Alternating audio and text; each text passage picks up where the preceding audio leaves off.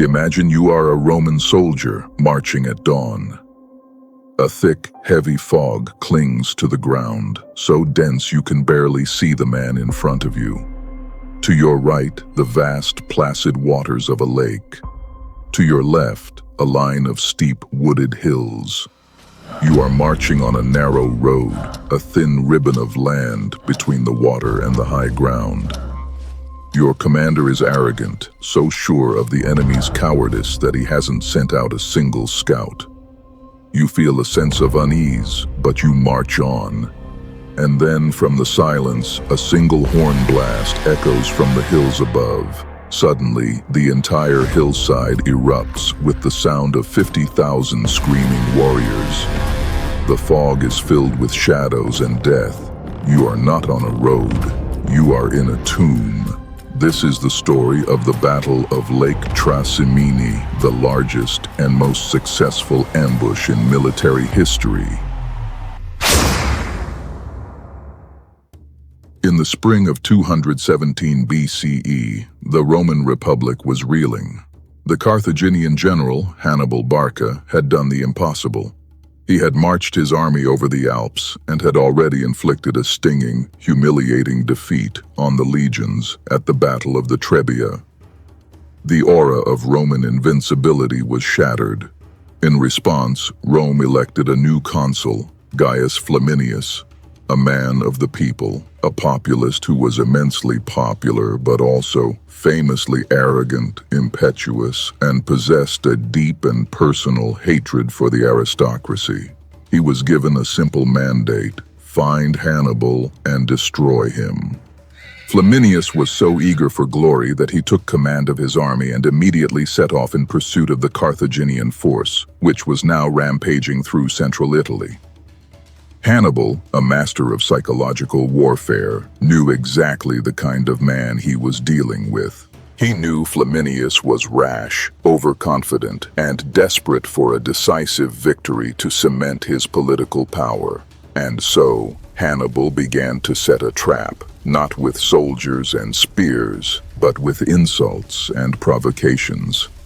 He marched his army directly past Flaminius's camp, deliberately ravaging the rich countryside, burning farms and villages in full view of the Roman legions.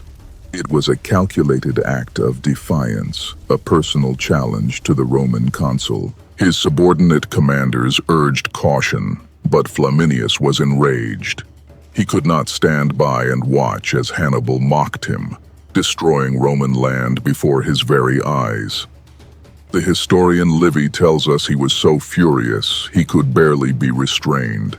Ignoring all advice and neglecting even the most basic military precautions, he ordered his army to break camp and pursue the Carthaginians at once. He was no longer thinking like a general. He was thinking like an insulted politician, and that is exactly what Hannibal wanted. The first part of the trap was sprung. Hannibal now had the Roman army where he wanted them, following close behind, angry and blind with rage. His task was to find the perfect location to turn and destroy them.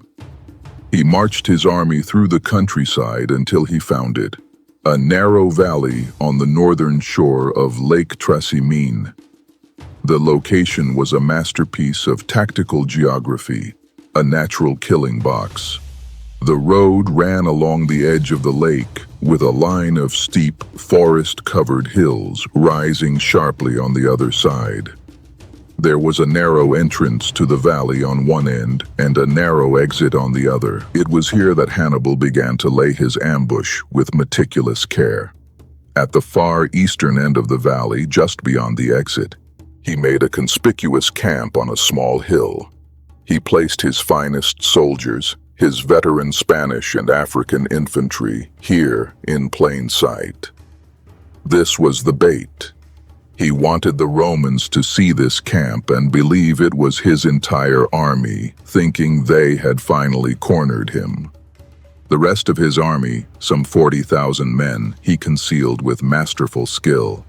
A along the entire northern ridge of the valley, hidden in the forests and behind the crests of the hills, he stationed the main body of his infantry, his Gallic soldiers. Directly overlooking the narrow entrance to the valley, he placed his most mobile forces, his elite light infantry and his formidable cavalry.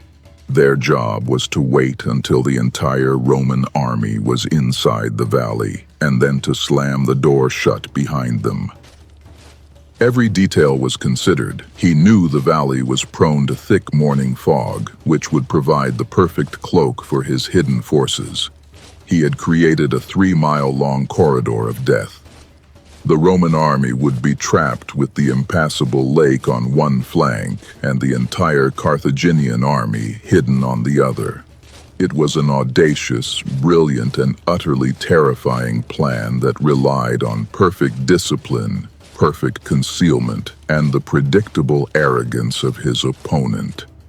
On the fateful morning of June 21st, 217 BCE, a thick, heavy fog rolled off the lake, blanketing the valley floor in a dense, disorienting mist.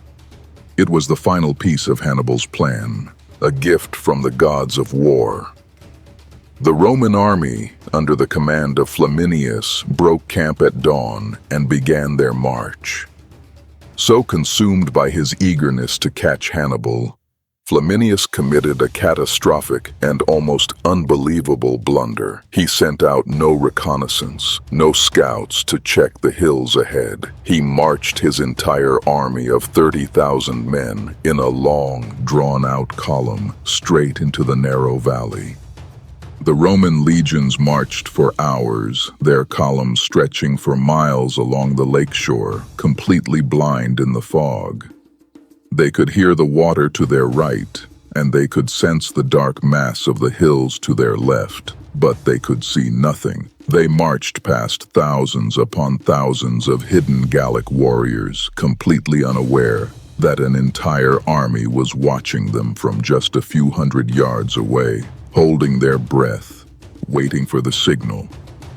The lead elements of the Roman column reached the end of the valley and could likely see Hannibal's bait camp through a break in the fog, believing their long pursuit was finally over.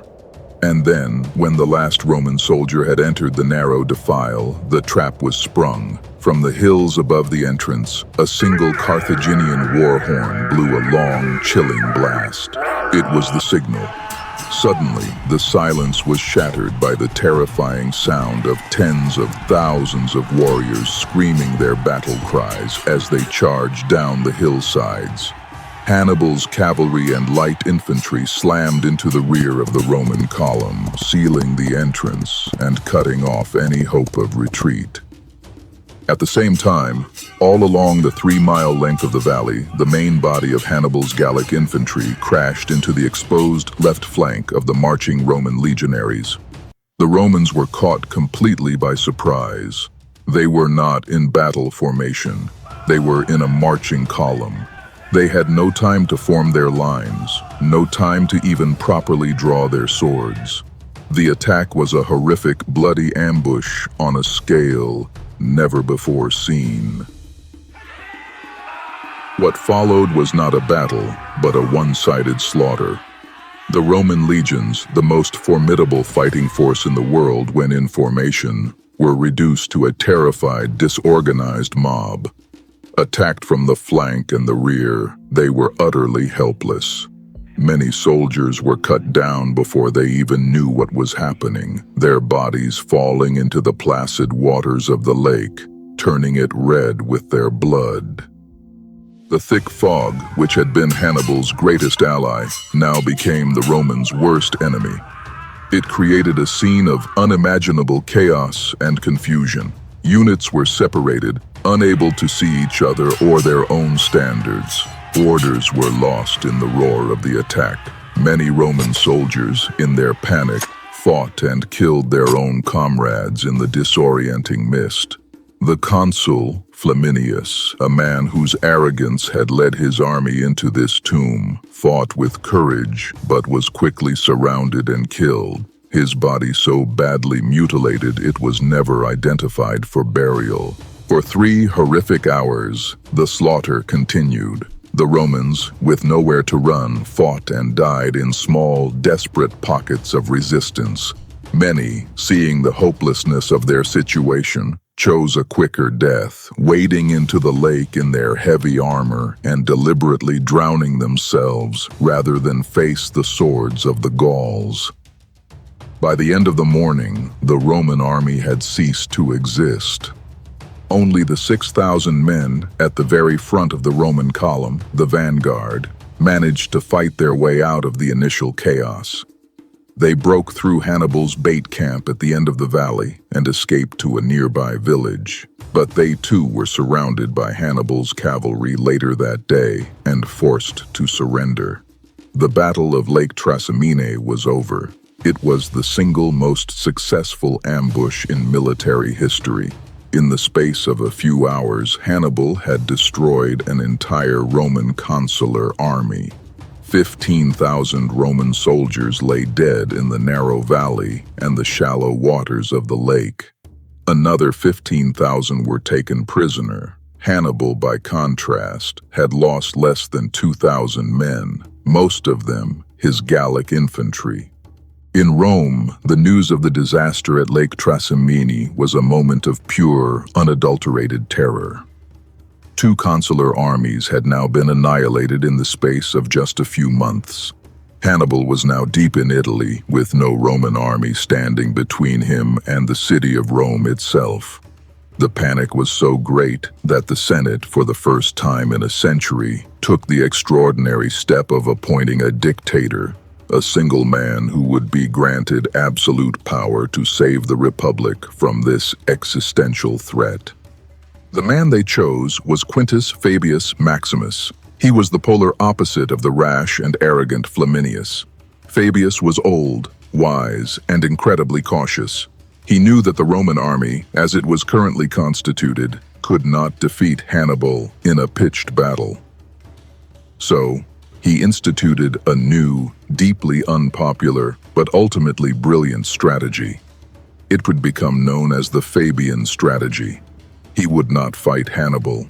He would shadow him, harass his foragers, cut off his supply lines, and refuse to ever be drawn into a major engagement.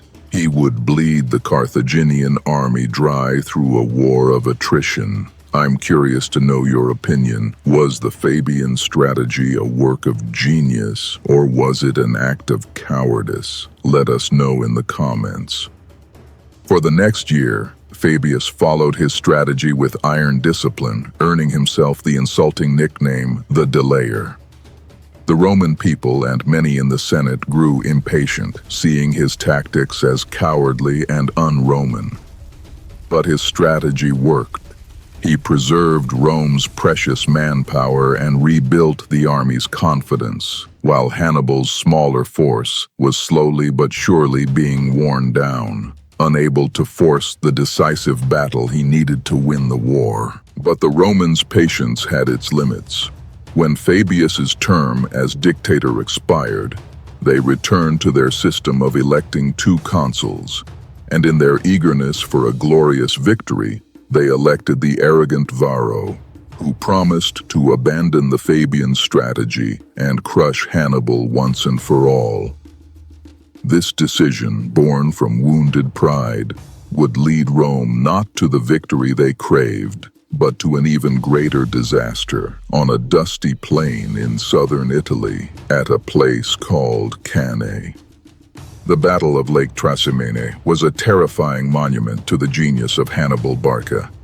It was a victory not just of tactics, but of psychology. Hannibal understood his opponent's mind so perfectly that he could predict his every move, luring him into a trap from which there was no escape. It was a lesson in the deadly consequences of arrogance and the critical importance of discipline and reconnaissance. If you were captivated by this story of the perfect ambush, please hit the like button and subscribe for more deep dives into the battles that shaped our world. And for our final question, What do you believe was the single most important factor in Hannibal's victory? The terrain, the fog, or the arrogance of the Roman commander? Let me know your verdict in the comments below. Thanks for watching.